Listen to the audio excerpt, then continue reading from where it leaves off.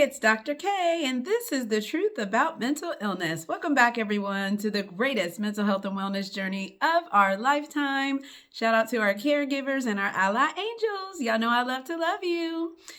Look, we have a different setting today. I am super excited. I am like super snug in a really comfortable chair in a room that I don't spend a lot of time in. So I decided to kind of change things up a little bit. Before I get to the topic for today, I just want to say that for those of you who don't know me, here's something you should know about me.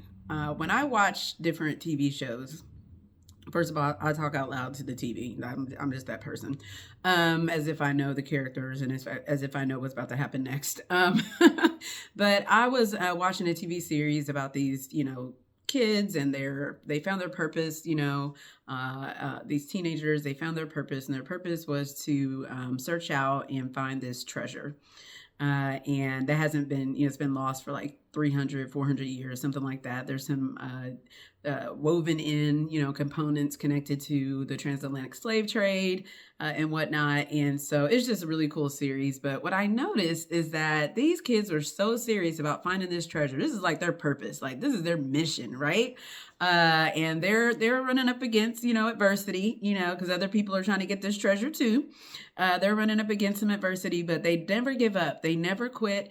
And they always find this space of happiness. And so that's what made me want to come on here today and just give my thoughts about overall happiness. We don't have enough of this in our world, and it is really unfortunately, it can be really rare to find. And so we're just going to kind of chat about it. And since I'm in a super snug space, this is going to be like couch talk over here. So let's get with a little core definition here, and then we'll pop through some things that impact our overall happiness. So looking online, a mix of different definitions here, but happiness is an overall state of well-being and contentment characterized by feelings of fulfillment and satisfaction, an emotional state with positive emotions. So we've already got feelings and emotions wrapped up in our understanding of happiness. So the things that impact our happiness, right? Like I have to share these things because I need to know what's impacting happiness. So our relationships, no surprise. Absolutely no surprise there, right? We're going to come back to these in a second. Having a sense of overall life purpose, which I did just mention, and then achievements and creative energy impacts our happiness, and then having a good work-life balance. So my question for you right now, before I rerun the list, is, are you happy? Are you happy? In your life right now, are you happy? At my lunch, I listed some other things connected to something else, and I did ask, the question about things in your life. Are all the aspects of your life truly well with your soul? Are they well with your soul, right? So now I'm asking, are you happy? Based on what I just said, are you happy? Let's run the list again. Relationships, strong, healthy relationships. Do you have them? Do you have people in your life that are encouraging and positive and helpful and kind of just want to push you forward, even if that means pushing you beyond where they are, right? They don't care. They just want to see you shine too, right? We all out here trying to win. And then it's also those same people that can course correct you, that can, while they're supporting you, and they can keep it real and tell you the truth with loving kindness, right? So there's a balance, inside of that when it comes to strong, healthy relationships. So that's one. Do you have those?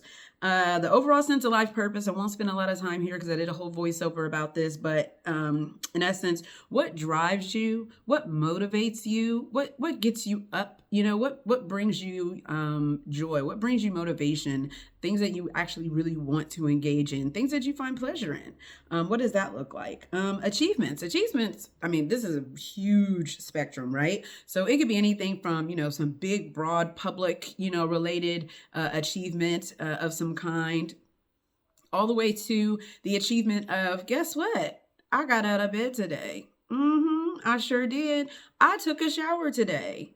I ate today. Not only did I eat, I also cooked, right? So when it comes to mental health and mental illness, it may seem like those things are small. And I know I've talked about this before, but if you got up today and you got out of bed and that was your achievement, high five to you. I completely understand.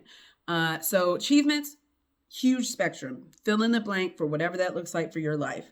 Creative energy. So I'm in a different space. So this is already giving me some, different creative energy or whatever. But as it relates to happiness, this is something that I did when I was writing my dissertation. I need, you get writer's block. I got some brain fog. I was getting stuck a lot. So I was writing my dissertation on a laptop all over my apartment and on a desktop in my apartment. One weekend, I just held up myself in a hotel across the street for some restaurants, and that got that creative, that creativity kind of like going and flowing. Because what I was doing, this is my purpose. I really wanted to write this dissertation. I just had writer's block, and so I started changing my environment so that I could get unstuck. And so that was something that helped me. And then work-life balance. What I'll say to the work part is that no job is worth any amount of misery. There are a lot of jobs out here, y'all. No one single job is worth any amount of misery. So adopt a zero tolerance position for nonsense in that way. Just don't do it. Whatever that looks like for you, stop it.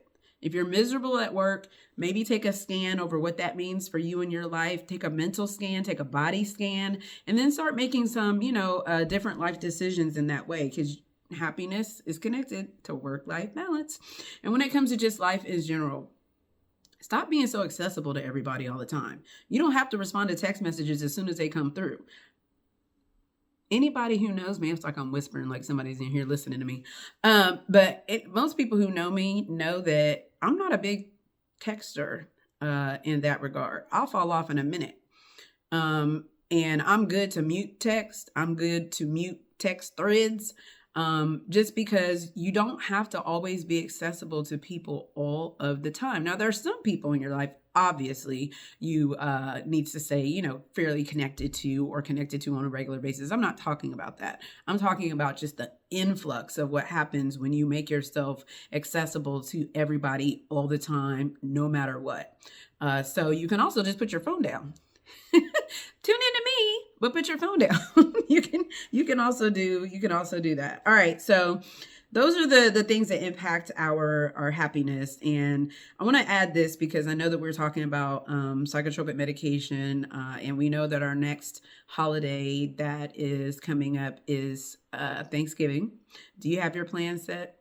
I was talking to someone recently, and we were talking about how much we're not stressing over anything regarding Thanksgiving. If there's a Thanksgiving dinner, then we will decide whether or not we will show up. But do not stress yourself out over the little things when it comes to what we are approaching. This is a very challenging time of year for folks. Not just the stress of who's doing what, who's going where, people aren't responding, people aren't chipping in, people don't know exactly, how they're going to feel that day. For the last 2 years, primarily 2 years, really 20 months, I have been extremely non-committal on a lot of social things, meaning that my phrase, what was my phrase? I think my phrase has been something along the lines of, if I get invited somewhere, that I'll say, okay, if you see me, then I came. That's a boundary. That's a boundary because I don't know, based on what I have going on in my life, I don't know I'm going to feel that day. I don't know if I'm going to feel like I can get up out of bed and want to be around other people. It's not about them. It's just about how I think that I would feel being in a social, environment. And so maybe before Thanksgiving, we'll kind of talk about some tips for our overall mental health, because we are in this season. I don't know where you are watching this, but where I am today, it's a little dreary outside. So it's that fall, kind of weather. So we know that that's coming. All right. So here's my personal anecdote. And I know I gave you all a previous anecdote regarding psychotropic medication, but I'm going to give you another one here. So I shared before that for me, I truly believe that I cannot just pill my way out of life.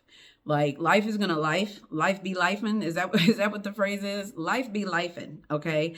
And I just don't feel like I have that capacity to just pill my way out of life. Like I have to feel life at some point, right? In some capacity, I've got to be able to feel. So because life was lifing so hard, my prescriber suggested a medication adjustment. And I'll be honest, she was right. Like, did I need a medication adjustment? Probably. But before I went down that road, I asked her, and this is why I say, talk to your prescriber. You got to advocate for yourself. I asked her, I said, listen, I feel like this medication has been doing me well, you know what I'm saying, for a long time. Would you mind? I asked, would you mind if instead of doing a medication adjustment right now, okay, would you mind if I do two things? One was set up some boundaries in my life, period. Set up some boundaries. And then the other one was if she would just allow me, let me see, set up boundaries. What was the other thing that I told her? Sorry, y'all, I got to go back to my notes. Oh, obviously I got to stick to those boundaries. Oh, and then adjust my environment for 30 days. I was like, just give me 30 days to set up some solid boundaries and adjust my actual environment. And then I'll check back in. And if nothing, you know what I mean, has changed, my symptoms haven't changed, whatever, then I realized that, oh my gosh, yes, I do need this medication adjustment. So I'm going to tell y'all right now, within a week of me changing my environment, adjusting my environment rather, and setting up boundaries, I automatically almost kind of just started feeling better within a week. And so within 30 days, when I checked back in with her, I no longer needed that medication adjustment because I was back to being at what we call a baseline level of functioning. Now, isn't that something? I didn't need to pill my way out of what was happening to me. I needed to feel it, and I needed to adjust myself because of what I was experiencing so that I could actually start to feel better. Because I wasn't feeling well at the time. Now, feeling that sense of emotional joy, at that time, that kind of gave me also this sense of what's the word I'm looking for? I felt like I had a sense of control back, over my brain disorders in terms of being able to know even more how much they are impacted by my environment and by boundaries. By those two things, that was having a very significant impact on my brain disorders and how I was responding to them. So all that is all good. That's my anecdote, but let me give y'all a warning, okay? Because I was going to have a warning. When you choose happiness, you're going to lose folks. I'm gonna just say it. You heard it here. Hopefully it isn't the first time you heard it, but you heard it here. When you choose happiness, you are going to lose folks. Folks are going to fall off. As they fall off, they may even try to project their nonsense onto you and make it seem like you're the bad person. And then that's why they fell off. You know what I'm saying? But the reality is that you have set up a boundary and you have chosen happiness. You have chosen happiness. And that's okay, right? Because it's your happiness. It's not theirs. So I got to get that warning out there, because if you choose happiness, that is likely to happen. But just keep on going. Okay. Don't stop. Keep choosing happiness. Let me see here. Anything else I wanted to highlight? Nope. Not for the good of the whole. I'm just making decisions, every day to choose happiness. It's kind of uncomfortable and awkward at first. I will, give you that disclaimer as well. But it is like that sometimes when you are deciding to take better care of yourself. But don't stop taking better care of yourself. Keep going, because I promise you that it's worth it. So I wrote down here that I am refusing to give up on joy, and I am embracing peace. Yes, I love that. I'm refusing to give up on joy, but I'm going to embrace peace. So that's all I have for today. Thank you so much for tuning in. And I got something else creative coming up that I hope you guys will engage in with me in the next, I'll probably say 15 to 30 days. So until the next time, unto the nations.